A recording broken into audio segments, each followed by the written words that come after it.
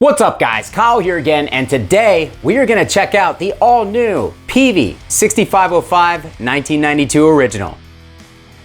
Let's do it!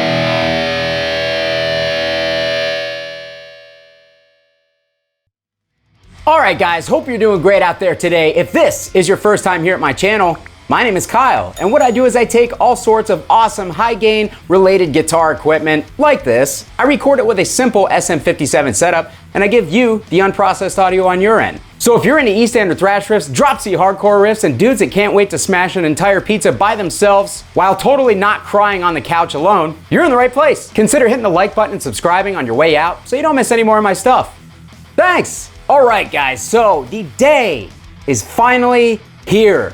The 6505 1992 original is upon us. Now you guys may have caught my video the day that I actually got the brand new 6505 1992 original half stack from Peavey, where we jammed through the matching cabinet with a Beyerdynamic M160 microphone in tandem with our SM57, and we just played a bunch of random riffs with a bunch of random guitars, and we had a great time. If you didn't see that video, I'll make sure to link it so you guys can check it out. But it is now time for my standard, my bread and butter style amp review, which is where I take it, put it through the same cab as all of my other amps that I review, with the same SM57 and the same Balaguer Typhon with the Duncan distortion in the bridge. That way the only thing that is changing from amp to amp in my review videos is the amp.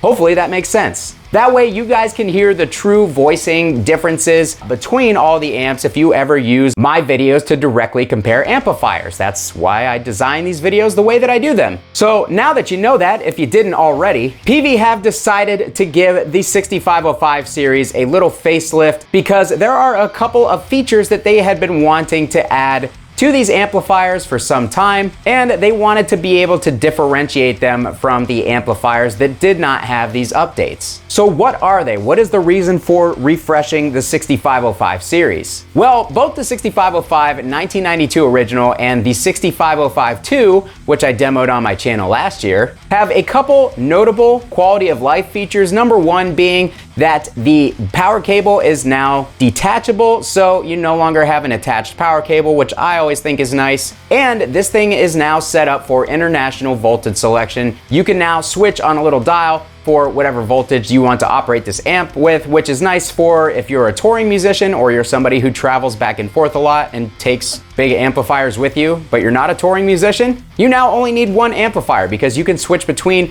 the proper voltages for whatever country that you're in. But let's get to the stuff that I think that people are actually going to be interested in, which is number one, this amplifier has had transformer changes. Both the 6505 1992 original and the 6505-2 now come with the same transformer as the Peavey Invective. And I'm sure you're screaming at the TV saying, Kyle, I thought that you said that these transformers were supposed to be upgraded from the previous transformers, and they're based on a really good example of a block letter transformer that Peavey had in-house for years. That's all true.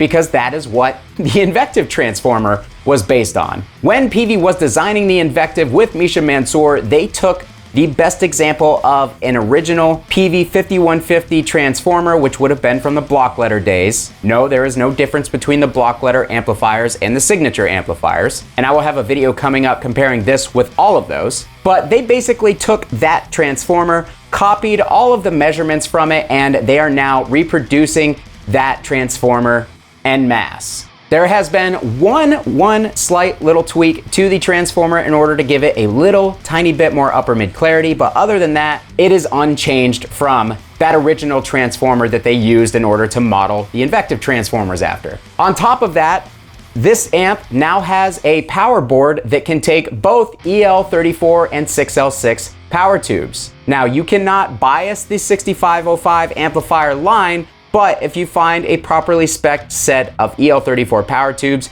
you will be able to run them in these amps without having to do anything, and that includes even flipping a switch. They're not gonna advertise that to you, but John, the designer at Peavey, told me that this is the case for all of the 6505s moving forward. So if you've ever wanted to run EL34 power tubes in your 6505 amplifiers, you can do that now. And last but not least, there have been some internal component upgrades. None of the values have been changed. Nothing in the circuit has been changed, but a couple of the components inside the amplifier have been upgraded to higher quality components. But as far as what that translates to in difference in tone, difference in noise floor, stuff like that, I don't know. I honestly don't know, but that's what we're here to find out. And the reason for the name change, this is my speculation because nobody at Peavey told me this, but I'm sure that Peavey was just making a smart marketing move and deciding to kind of capture some of that hype of the block letter that has kind of recently resurged.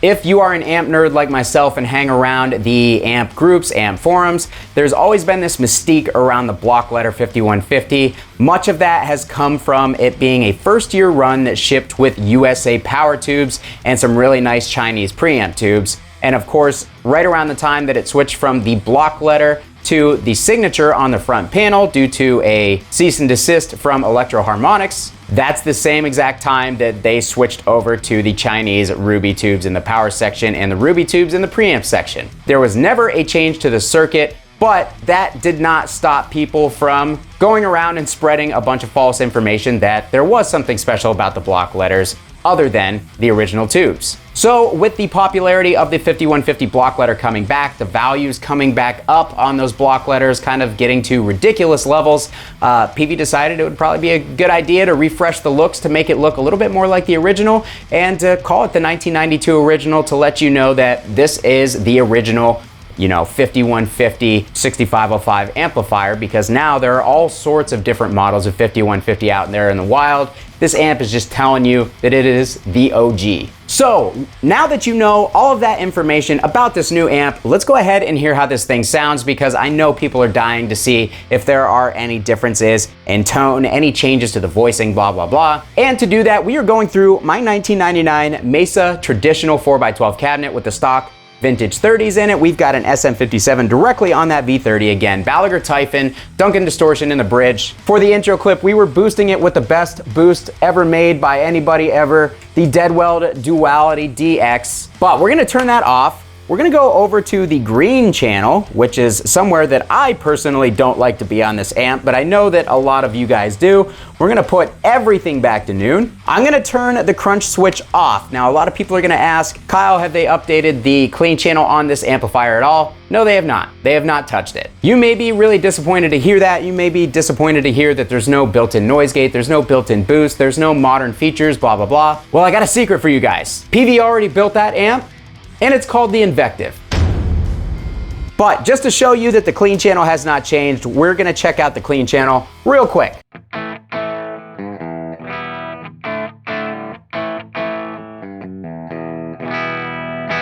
So that's with the gain pretty much all the way down. Let's pump it up to 5. And as you can see, it's already breaking up. It's the same clean that it's always been. So if you didn't like the clean on the 5150, you're not gonna like the clean on this. Let's go ahead and go over into that green channel, click that crunch switch on, and here's what we have as far as a crunch tone. Now again, I personally have never thought that this amp sounded any good for light gain or mid gain type tones. You may feel differently, and that's fine. We're gonna go ahead and bump the mids and the treble and the presence in order to get a little bit more life out of this thing.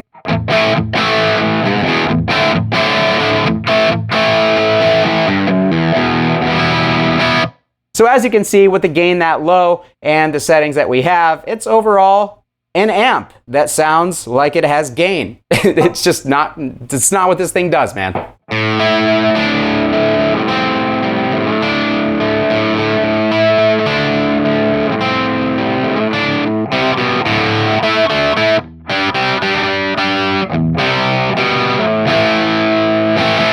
So there's that out of the way. Let's go ahead and try to get to some high gain tones on this channel. We're gonna go ahead and bump that gain right up to about 6.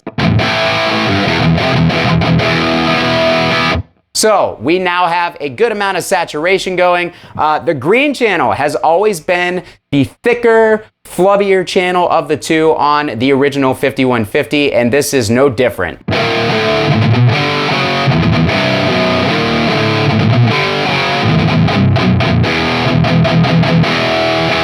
So to counteract that, let's go ahead and bump some of those lows. Let's get a little bit more mid going and a tad bit more presence.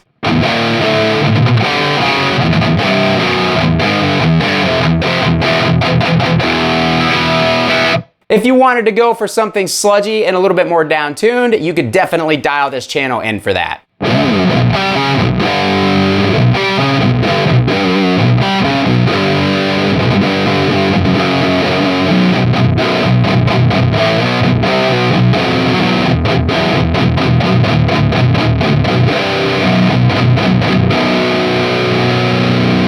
So we're gonna roll those highs back up. We've got a good amount of gain going on now.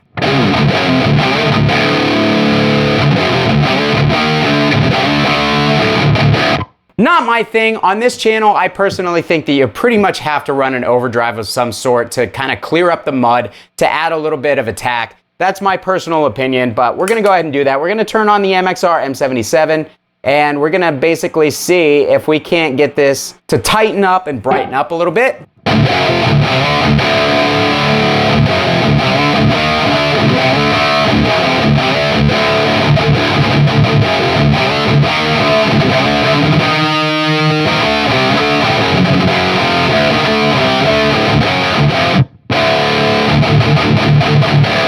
We still have a good amount of that low end tub. Let's turn on the Electric Eye Mud Killer, because this pedal has a low shelf built into it, and we'll turn that low shelf up.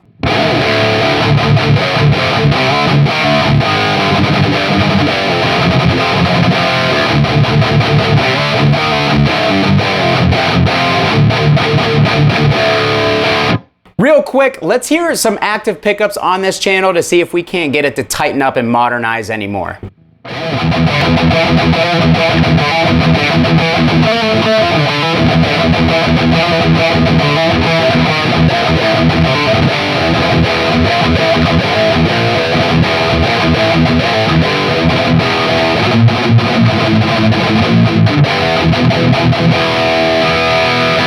I am not mad at how that sounds one bit. That's probably the best that I've ever had the green channel sounding for myself. Last but not least, let's try some lower output pickups on this channel to see how it handles not being driven super hard on the front end by hot pickups and an overdrive. All right, guys, I have my EC1000T here with an Alnico, Seymour Duncan Alnico 2 in the bridge.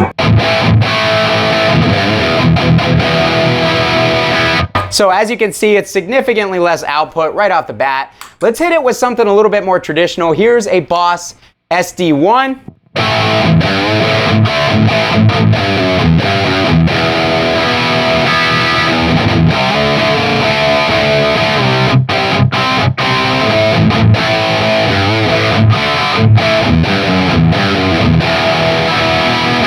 Alright, so if you wanted a tone that was a little bit more traditional with some lower output pickups and a more classic overdrive into the green channel, you can definitely get that.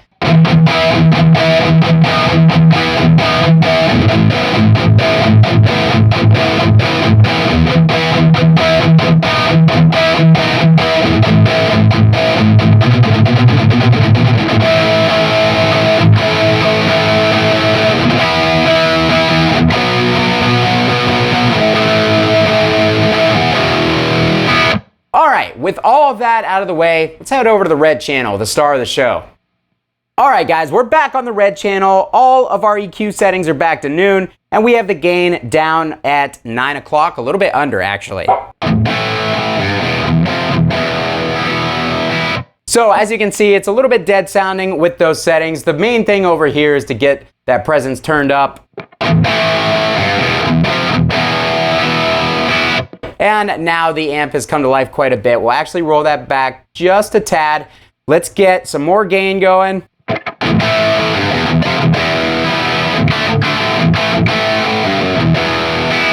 Now, this channel is much brighter and the mids and the highs are pushed forward quite a bit more. The low end is tightened up a lot. So that is why this channel just lends itself to metal so much better, especially if you're playing tight percussive stuff, than the green channel. But again, let's play something a little bit more on the rock and roll side before we move into the super high gain stuff.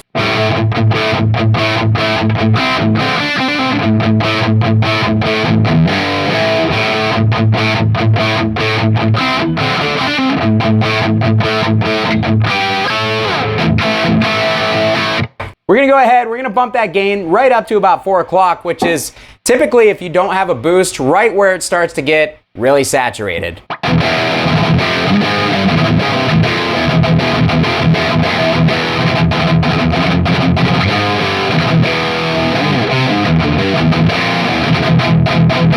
So as you can see, yeah, the saturation has already come on. In my opinion, I want a little bit more mid, I want a little bit more treble, and a little bit more. And we're gonna leave the low end where it's at, but we're gonna turn that resonance up so we can get a little bit of that really low frequency going.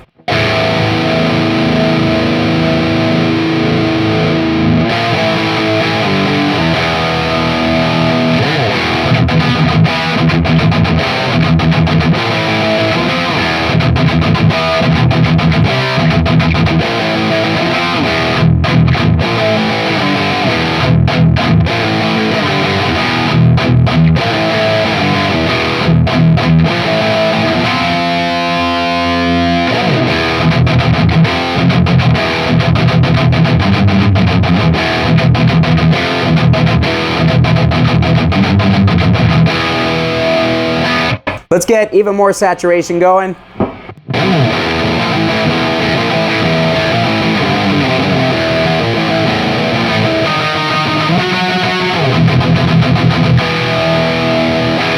So there is definitely a point on this amp, and we have hit it where it just starts to sound muddy and indistinct. The note clarity goes away because we've got too much saturation. So let's pull that back just a little bit.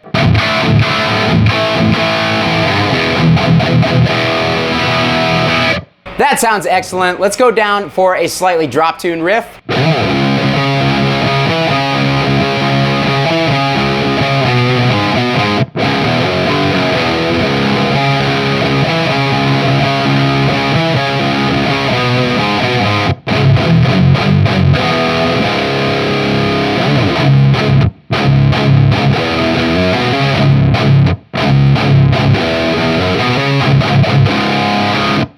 All right, so there's the amp without a boost. We're gonna go ahead and we're gonna turn that boost on. Let's go right to the classic TS9 because that's pretty much what everybody uses with these amps, or did use for a long time until the pedal market blew up.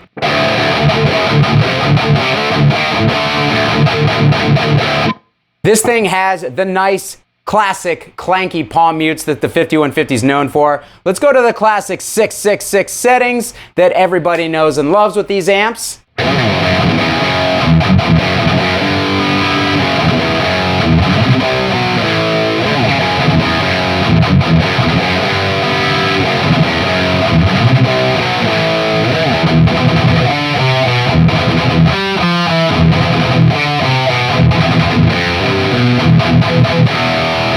That sounds great, but it's not personally my favorite. I know people love that one. Let's try the SD1 real quick.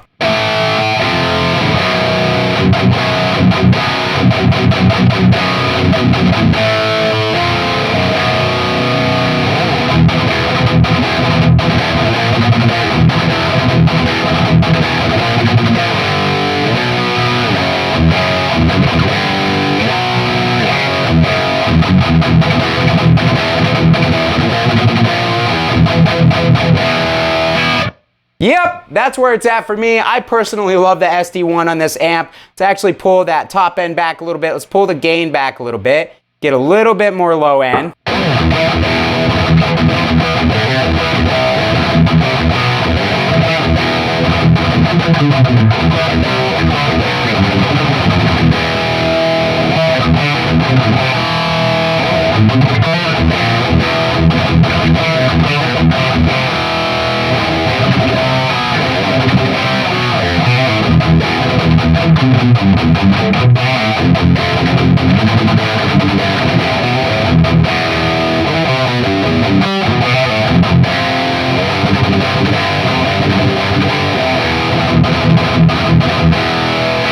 All right, let's go down for a D standard hardcore riff real quick before we switch guitars. The 5150 absolutely thrives when it's down tuned, man. You can tighten this thing up so much, those clanky palm mutes, everything is there. And from everything that I can hear, this amp sounds like a good 5150 should. This thing sounds just like the 5150s and 6505s that came before it. It is fairly quiet as far as the noise floor goes, which is nice because we're pretty loud in the room and we're not getting a ton of hiss through the speakers. But overall, I have zero complaints about what's coming out of this thing right now. This feels right at home, sounds incredible.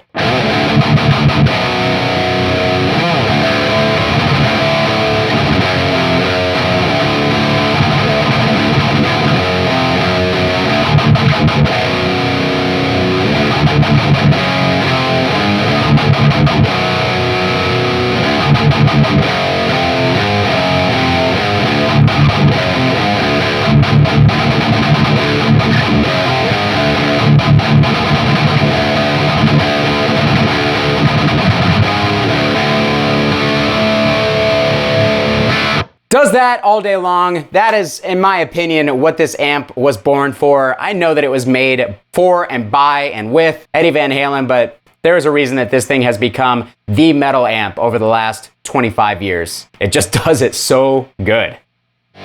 All right, guys, we've got our lower output Alnico 2 Pros back again. Let's see how this thing sounds and reacts to lower output pickups.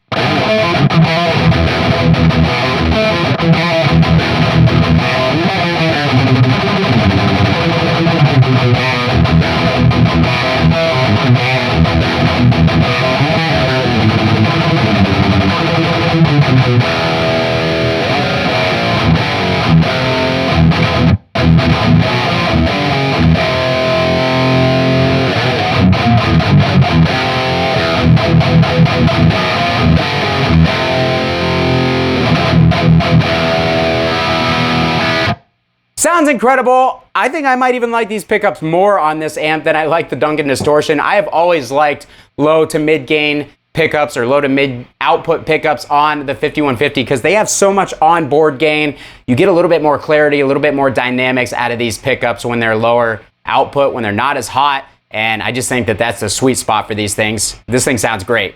All right, guys, other end of the spectrum, we've got the Fishman Fluence Modern Ceramic.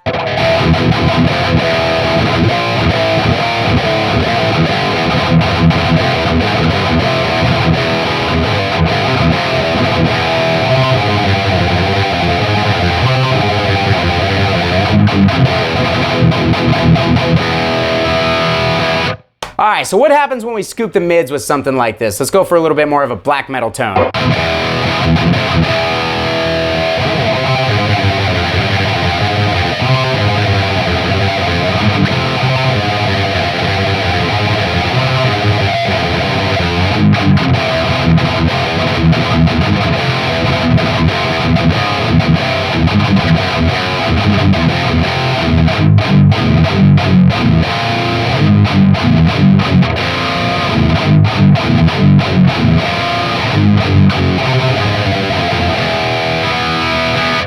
Sounds awesome with the Fishmans, in my opinion. Let's do a drop C hardcore riff real quick.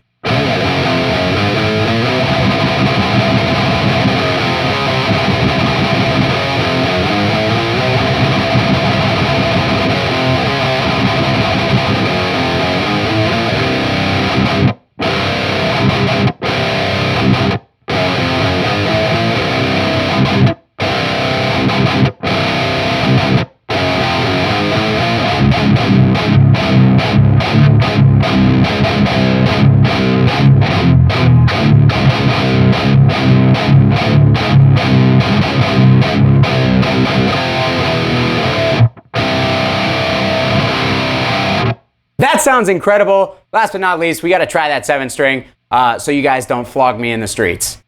All right, guys, Schecter PT Hellraiser Hybrid with the EMG 57 in the bridge.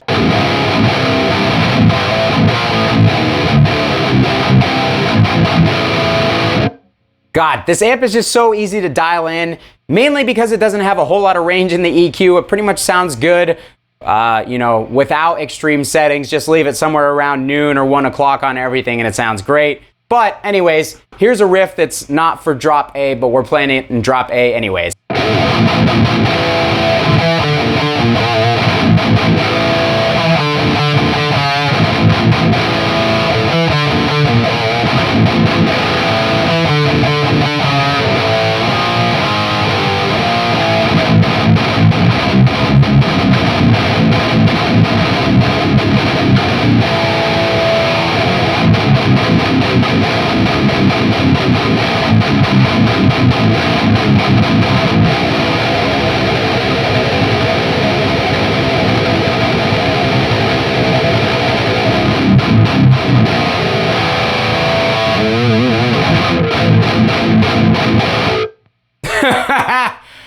All right, that is gonna do it for me today, guys, on the new 6505 1992 original from Peavey. What did you guys think? Obviously, I think it's amazing. You know why? Because at its core, it's just a 5150, and there is nothing wrong with that. One of the greatest amplifiers of all time, especially for metal and hardcore tones, which is what you guys come here to see, and that's what I love to do. And also, what I think you guys should be even more excited about than this amp itself is the new and improved cabinet that is going to ship with these, that has the new Sheffield 1230 Plus speakers. If you watched my original playthrough of the new half stack, those speakers sound incredible. They sound absolutely incredible. You guys should have those cabs on your radar without a doubt, and I'm gonna have a dedicated video coming up for that cab and speaker very, very soon. But thanks again to John for getting these in my hands so I can make these videos for you guys. And if you want to support the channel and what I do here, down in the description are all my affiliate links. So if you want to order one of these amps or you want to get one of the cabs on pre-order, you should do that by clicking those links below with Zounds and with Sweetwater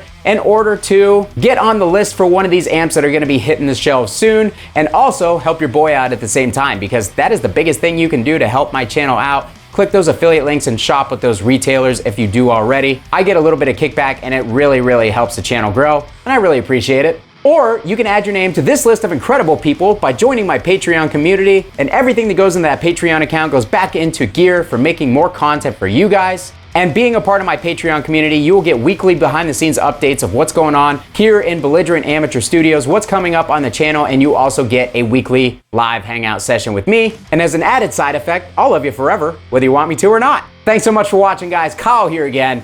We'll see you next time.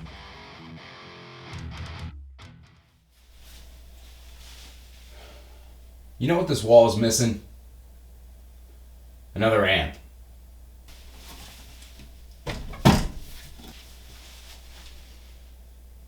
There we go.